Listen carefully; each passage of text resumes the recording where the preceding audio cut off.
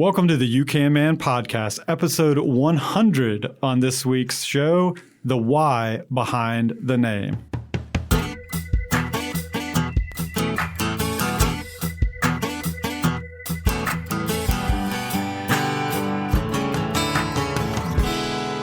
Welcome back, guys, to the You Can Man podcast, where we believe what one man can do, you can do as well. But you got to have help from your friends and the proper know-how. Guys, on this week's show, I have got none other than my good friend Julian. And if you're a longtime listener, you've heard me talk about Julian before because he is the reason why I call You Can Man, You Can Man. Because he was instrumental in my life years ago, teaching me all kinds of stuff, how to take out load-bearing walls, just kind of basic framing stuff, and really got me in gear to start doing a lot of things myself. So Julian is here in the studio with us. Julian, say hello. Hey, Tim. Thanks for having me. Yeah, no problem. And this being our 100th episode, I just thought, it's entirely appropriate to have Julian on the show. And also wanted a quick note, just kind of give you guys up to speed. Dave and Josh, you may have noticed, they're still not with me. They've got some serious job kind of stuff, life stuff going on that has demanded their attention. But they're going to be back with me on some shows in the future, so don't worry. But we're kind of switching more so to a format of just myself and a guest. And so that's why we've got Julian on the show with us this week. I'm working on a lot of great content that we're going to have for you guys coming up. And so stick with us and be telling your friends about the podcast. So I wanted to get into really talking about the philosophy behind You Can Man, because we did that very, very early on. And of course, throughout all of our podcasts, we've talked a lot about why it is we're doing this podcast and just kind of our core principles. But we really haven't done a concentrated show on that in quite some time. And so I thought I would take this opportunity, our 100th episode, and do just that. So the name, You Can Man, I got that from something that Julian used to tell me years ago. And what was that, Julian? What one man can do, another can do. Yes. And it was Julian's way when I was complaining to him, if I remember right, I can't do this. I got to hire a contractor. And then Julian would respond with what he just said. That made a huge impact in my life and really got me thinking more along the lines of doing things myself, and it gave me the confidence to take things on. And that is why I call You Can Man, You Can Man. So that's where the name came from. It came from what Julian invested in me and what he would often tell me. So, Julian, I wanted to take some time and just talk about your background, because you are all up in DIY stuff. Mm-hmm. And have been really for your entire life, I would say, I think, from what I know. So I wanted to give our listeners just kind of your background story of where all this started. I definitely want to talk about your military experience, because you were involved in construction with that some, yes? I was in the Seabees for a brief period of time in the reserves. Okay, cool. And then, just going on from there with construction and that sort of thing. So what would you say is some of your earliest memories of doing things yourself? Wow. Well, I think even as a child, I really enjoyed all manner of building and construction toys. Tinker toys were favorite. Lincoln Logs. It gave me a grasp of spatial recognition, proportion. They don't really make toys exactly like that anymore, do they? Or do you feel like they still have? No, they don't. When my child was born, I was looking for Tinker toys because I enjoyed them so much. Can't find them. They don't exist as far as I know. Huh.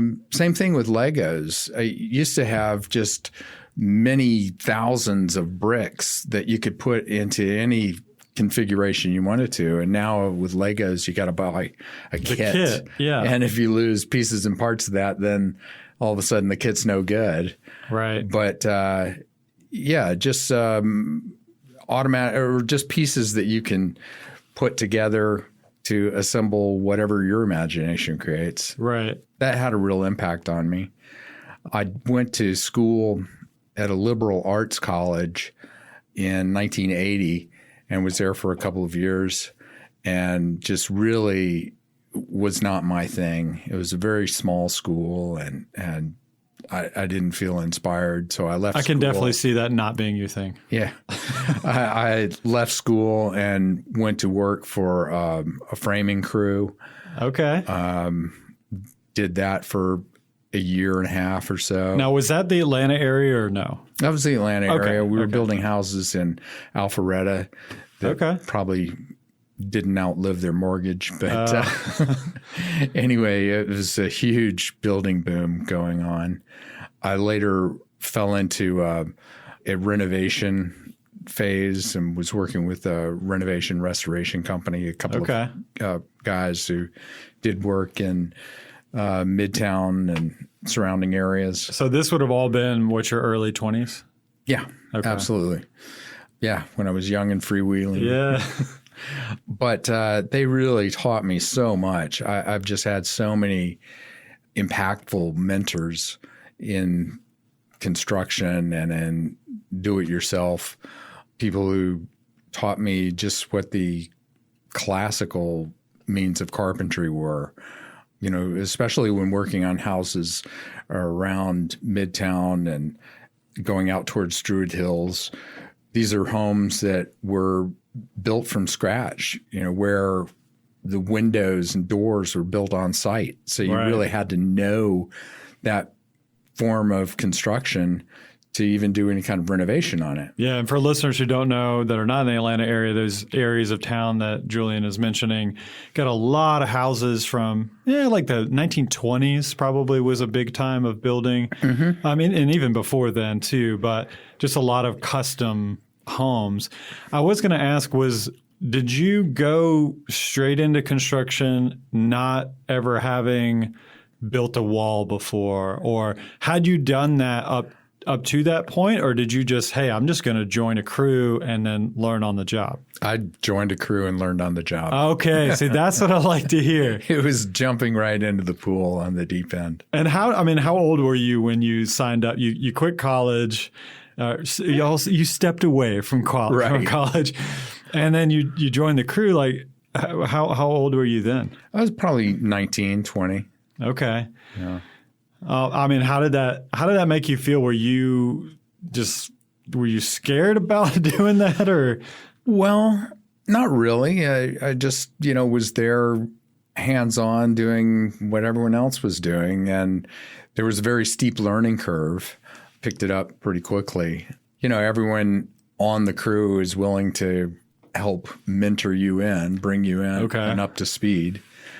Yeah. Did that answer the question? Yeah, I think so. I just kind of wanted to picture what that would have been like because I think about that. Of course, I'm way past that. I mean, I guess I could still go join a construction crew. You just never know. But it would beat you down pretty quick. I'm sure it would. I did it at 19 and, I couldn't do it again at 58. Right. So. Yeah. But I was just thinking through what that would feel like not having that experience and then just jumping into it. And I feel like tons of people would be really apprehensive about doing that. And it's encouraging, helpful to know. Now hopefully the industry is still welcoming of the 19-year-old kid coming off that's never done that before. Maybe it was different when you were doing it, but. Well, I think that it's probably the same today. There's such a high turnover. As I said, sure. It chews people up and spits them out because it is demanding work, very physical labor. But I do remember my first day on the job. After I got the job, I went to Home Depot, which is the one over off Lawrenceville Highway in Decatur. Home Depot's first store ever. Oh, okay. And this would have been maybe when it was the only Home Depot ever open. But I bought a split leather tool bag and nail pouch. Do you still have it? It finally gave out, just too many nails puncturing it after 20 years of service. Yeah. I do have my original framing hammer. Okay. That's cool. I bought, but I remember showing up on the first day of the job with this brand new tool bag, brand new hammer, and, felt a little out of place. Yeah, everybody else's is like all worn in, and you get this nice new shiny. Exactly. Yeah. And you're still figuring out like where to put things and all that kind of stuff. Yeah, I just had to get over that very quickly. Yeah.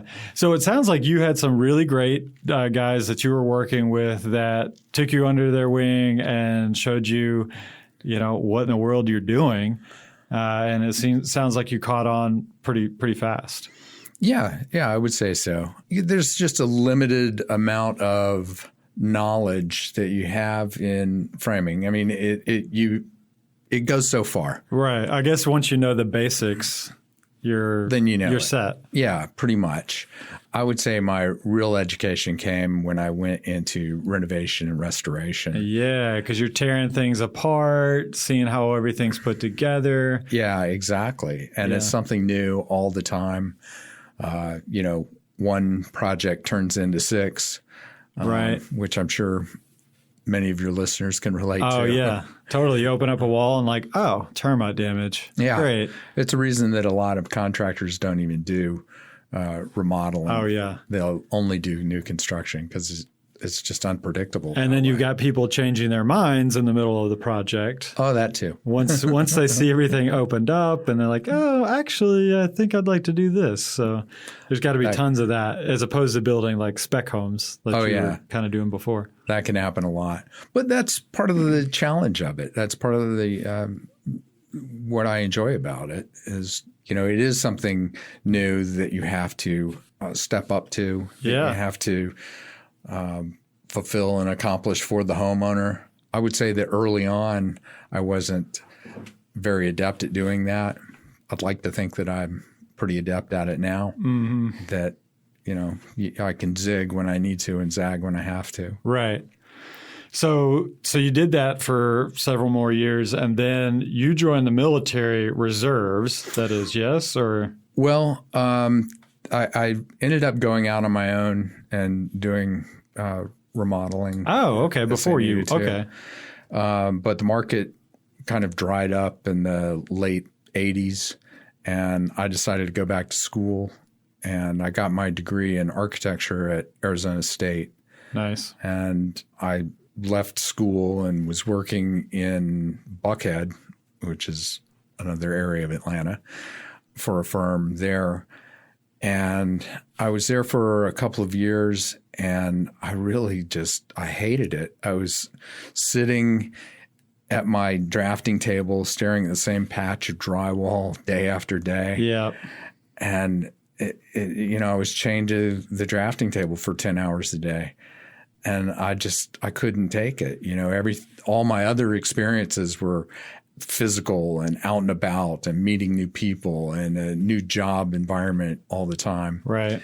A friend of mine, his mother was a roofing contractor here in town, and she offered me a job in sales, which I was very nervous about. I had never had a job that was strictly commission. So there were no guarantees there, but I did end up joining on with her. And it was a great decision, one of the best experiences I had, because I went from that company to another and had increased my salary potential each time. So, and that's what you've done kind of the majority of your kind of construction career-ish, right? Is roofing, yes? Yeah, my adult life, I guess so. Yeah, I worked for her as a salesman, and then went with another company probably an equal amount of time. So for 15 years or so, I was in sales, but it allowed me to go to a different job site each day, and right. Climbing roofs and meeting with people, which I enjoyed sitting down and discussing that with someone. Yeah. Anew each time. And at what point did how your military experience come into all that? Well, then going backwards, when I was in Arizona, I joined the Naval Reserves. Okay. And So they paid for part of my college, which was nice. And the monthly stipend I got from reserve duty paid for my rent as well. For a brief period of time when I was in the reserves, they didn't know what to do with me. My rate was illustrator draftsman. That's not even a rate that they have anymore in the Navy. They've eliminated it. Because they didn't know what to do with me, they stuck me in a construction battalion, CB unit. That was an experience, it goes back to what I believe in and what I know. Were you actually building or were you drafting for them to build stuff? No, building. I never did any drafting in the Navy, even though I was considered a draftsman. Okay. Do you feel like you picked up anything you didn't already know while you were in the Seabees? Construction-wise, no. But just that whole military etiquette, military protocol, that was interesting. I enjoyed the structure of it. It made sense to me. Well, let's move on. I want to talk about the role that you've played in people's lives, mentoring them, your just what I would call your general attitude of service. And because I was talking to Julian before we hit record earlier, and I was telling him about a memory I have of being on a Habitat for Humanity build that the church that Julian and I went to at the time, this is years ago, they were involved in a Habitat for Humanity build. And so I guess we were building a couple different houses with lots of other churches and even a synagogue, I think. And a mosque. That's right. Yeah. And it was this big cooperative thing. But I remember, I don't know if it was maybe like a window opening or a doorway opening, but we were framing it out, or I can't remember exactly what we were doing, but regardless, Julian's like, okay, well, this is the jack stud, this is the king stud, here's the header, and that was the first time I had really understood what in the world that was. Now, to Julian, that's his language, like he knows all this kind of stuff, but that was the first time I had heard any of that, and you took your time. And you broke it down and didn't make me feel like an idiot, because, a lot of guys would just be like, oh, yeah, that's the Jexta. Do you not know this? Of course it is. Right. Of course it is. And you didn't do that at all. And seriously, that's where I learned kind of this basic framing terminology of what is what. And then, I kind of built upon that since then. But like we said, there's not a whole lot to framing. I still have yet to frame a roof. So that's a whole nother thing. But I got the basic concept down, but I've never actually done it myself. So until I do something myself, I can't really wrap my head around it. I guess that's a good way of saying it. And so being on the Habitat for Humanity build, I actually didn't end up volunteering a whole lot with it, but I was on site, several times throughout the build and would help. I was basically just like, okay, I know Julian. I'm just going to stick right by Julian. And I don't remember exactly all what we did, but I remember learning a good bit. And you've been involved in other Habitat builds. I think there was another season where we did that as well. And I don't know if you went on and did even more besides that. But another thing I was thinking of too is when we went together after Hurricane Katrina. Oh, yeah. Yeah. And to Gulfport. Yes, to Gulfport, Mississippi. And as you all know, it was completely devastated. And we were kind of assigned to different families. I think Julian was working with one family, and I did some stuff there, but I was kind of with a different family. But if I remember right, you kind of went in and just redid their kitchen, if I remember correctly. Right. Yeah, and I remember that we were packing up to leave, and Julian's like, I'm not done yet. I think you maybe even stayed behind to do some stuff. That's right. One funny thing I was thinking about that family that you helped, I remember they had, it was just this was before flat screens or when they became like really popular. So it was like the tube, not the tube TV, but you know what I'm talking about, right. Like a bigger TV, like a box. CRT. Yeah, CRT TV. And I remember that the guy said, yeah, this was floating like in our living room or whatever. And he took it outside, and he dried it in the sun and it still worked. So it was just a random memory I was thinking of. But it was that family that you were helping. Yeah, he had a photo album of the devastation of his house. And the water was about 6 feet up the wall. Totally. And here's a photo of his side-by-side refrigerator floating in the water inside his living room. So if I remember right, they had a FEMA trailer that was basically parked in their driveway. Yeah, they've been living in that we were there exactly a year after the hurricane, and they were still living in it. Right. And there was a couple other things that they needed to get done. One was the kitchen, I think, and that's what I think maybe you spent the majority of your time doing. But just, it just goes, as a testament to how much service has been a part of your life and how I feel like that impacted me as well greatly with sharing the knowledge that I know. And that's such a huge reason why I started You Can Man is because of you and guys like you that poured into me so that then I'm pouring into other people. And so I think that is oftentimes something that is just really sorely lacking. And actually, as I was preparing for this show, having you come over and do this, I was thinking, who am I doing that for now? and there are I've got several guys that I'm kind of like their call, right? Like years ago, you would have been my call, Julian. Like I don't know what's happening right now with my house. I'm going to call Julian because Julian's going to know. Well, I'm kind of that guy for a few people now that, if something is going on with their house, there's a guy at my church and, he had a plumbing leak. And so he's sending me all these pictures and stuff. And so I'm like, yeah, you should try this, or maybe it's coming from here. And all kinds of stuff like that. He had like an AC problem. And I was like, it's probably your run cap. And he changed it. And he was like, you're right. It was. It's a common thing to go out, guys. It's getting hot. If your AC is just not turning on, it might be your run capacitor. And it's very easy to change. Anyhow, so I guess I am kind of pouring into others directly and obviously indirectly through the podcast and through our Facebook group. But that's just a huge part of why we do You Can Man. And so you kind of really helped spark that in me. And so that's why I wanted to have you on the show. Can you talk any more about, how the importance of that, of pouring into other people? Are there any other areas of your life where you feel like that's happened, other like Habitat for Humanity stuff or anything like that? Oh, yeah, absolutely. I've been on job sites where, there have been younger guys who just didn't know the trade or early in learning. And it's a matter of paying it forward because I have learned from some great mentors, some just old school carpenters who've taught me all sorts of tips and tricks that I now feel obligated to pass on. Yeah. It's humbling.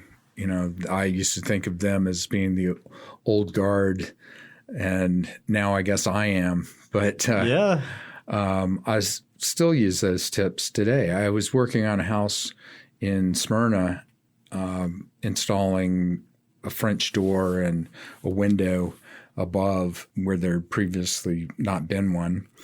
But this house was built, let's say 60 years ago.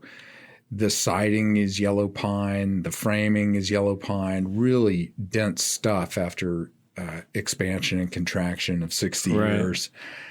I was having trouble driving screws until I remembered just what Marlon Brack had taught me.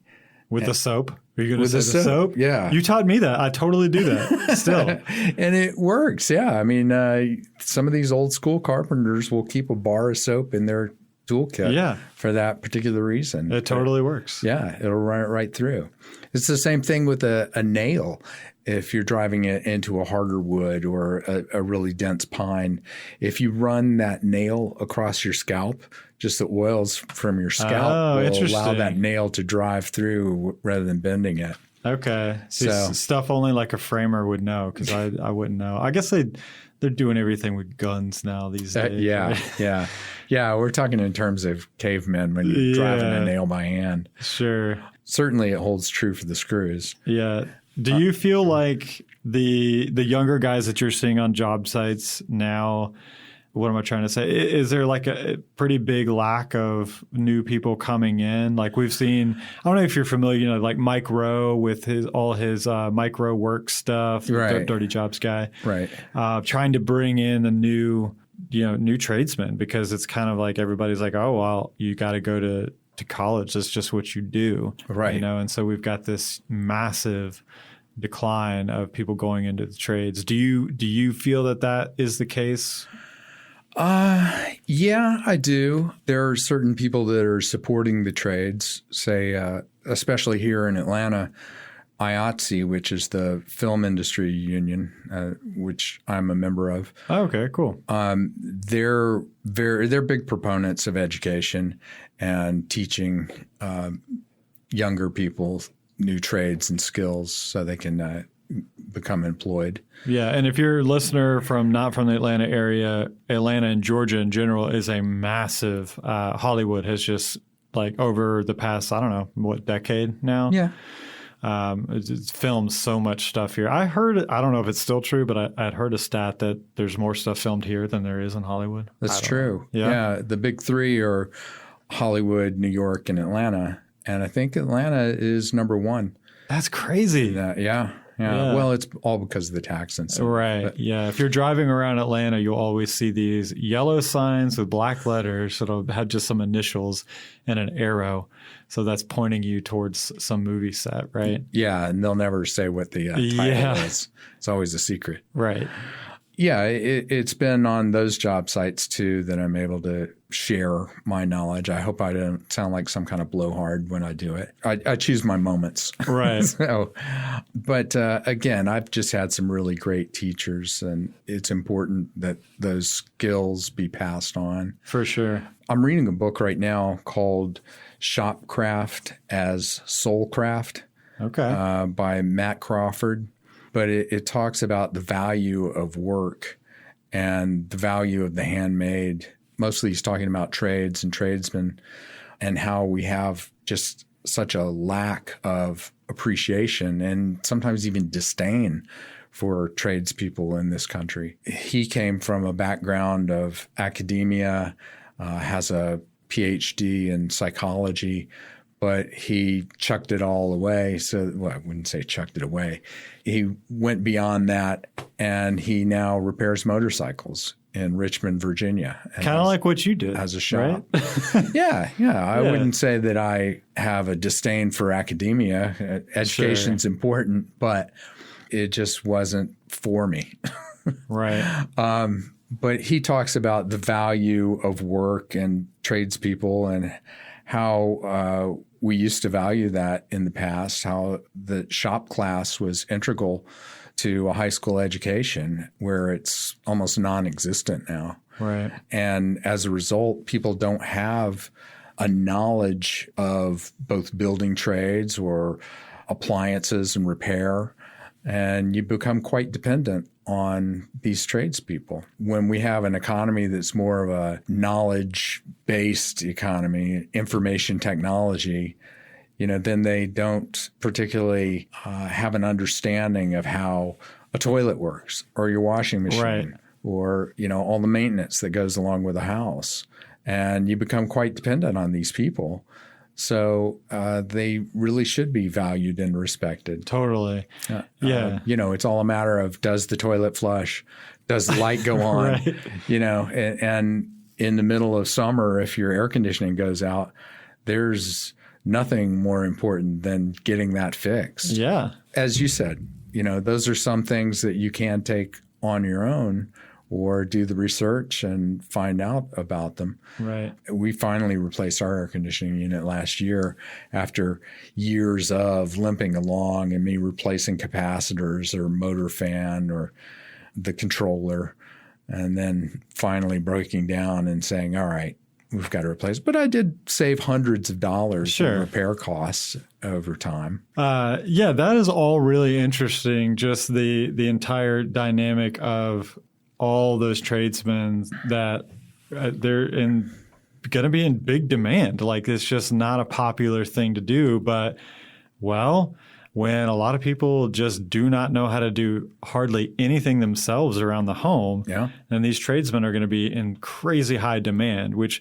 if you're a listener, You Can Man Show, you've probably heard us talk a lot about these sorts of things. So I guess as we wrap up, I'll just kind of leave us with this thought. Who are you pouring the knowledge that you've been given into? So has there been that person in your life, like Julian was in mine, that taught you a lot of the things that you know, and you're sitting on it, you're not doing anything with it? So are there people in your life that you're pouring into and helping out to teach them the things that you know? Because that is such an important thing, and we always want to encourage that over and over and over again. We're always going to be talking about that on the You Can Man podcast. So I want to encourage you guys to do that. Man, don't stop learning. Like, always be researching. That is such a common thread that I always see with guys that are super, and gals that are very into DIY stuff.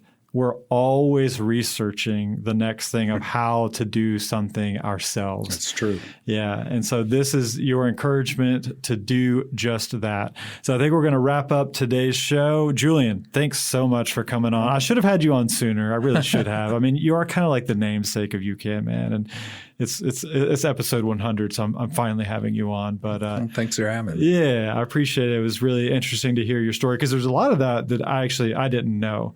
I didn't even know you did the whole drafting thing. The architecture thing. I just didn't even know that. I don't know how I missed that part, but I didn't. I guess everything that I kind of knew of you was all construction stuff and roofing. So that's really interesting. So you bring that to the table as well. So. But yeah, thanks so much for being on the show. And then, guys, we'll be back in 2 weeks, because we're every other week. And I'll have another great guest on next time for you guys. We'll catch you then.